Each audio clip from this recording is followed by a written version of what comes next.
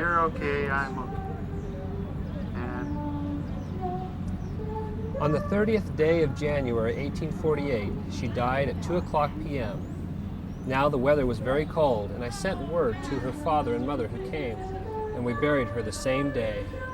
Now I was in a benighted condition without a wife, with 3 little hapless children, and a journey of 1,100 miles to perform without an animal to help me. And what to do I did not know. So I continued to pour out my soul in prayer to God day and night for Him to open some way for me to support my little ones and get them to the valleys of the mountains. me over here. Okay. What is it? You're going to be on the trail for how long? We're going to be on the trail for 10 days, actually starting 4 days ago.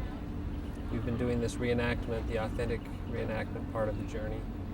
And then we'll continue tomorrow for 5 or 6 days on the trail. We'll go 12 to 15 miles a day, walking and continuing on with the group.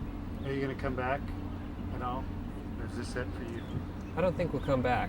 I don't know if we'll be able to. We'll pass about 60 miles in that time, and I have to get back to work.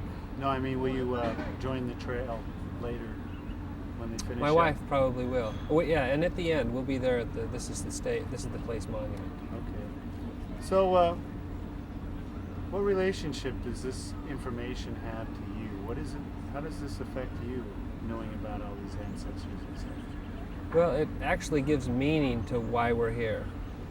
Otherwise, it would be something like a glorified camping trip. But knowing these people, that they're my flesh and blood, and I'm coming back to relive the exact type of things that they did. I'm wearing the clothes that they wore. We're experiencing the awful weather that they experienced a few years ago, 150 years ago. We're sleeping in the same tents. We're trotting around in the same mud. And I have 4 children, and he had some children.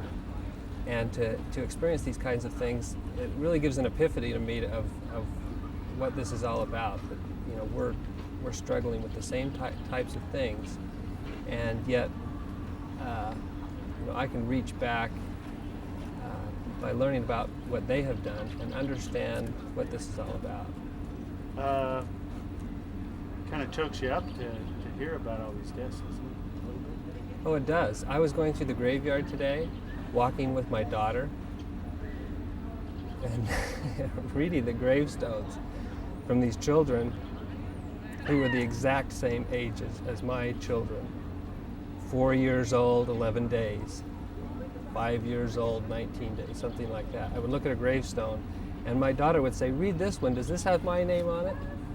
And then other ones would say, "Look, here's some with the name Stout on it, right here." And I'm thinking, this could have been my children.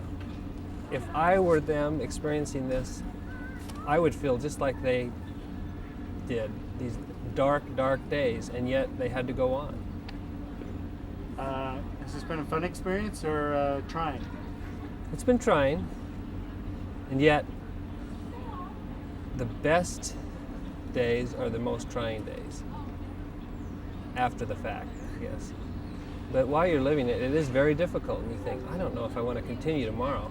We're lugging things, we're cooking outdoors, we're plodding along, and it's very difficult. I've had headaches a couple of days, and yet I look in Hosea's journal, and on numerous occasions it says, I had a headache the entire day.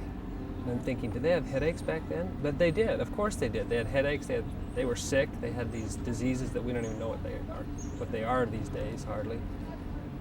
But they had to survive, they had to keep going, so we're going to keep going too. Give me your full name again. Paul Howard Stout. From? Orem, Utah. Okay.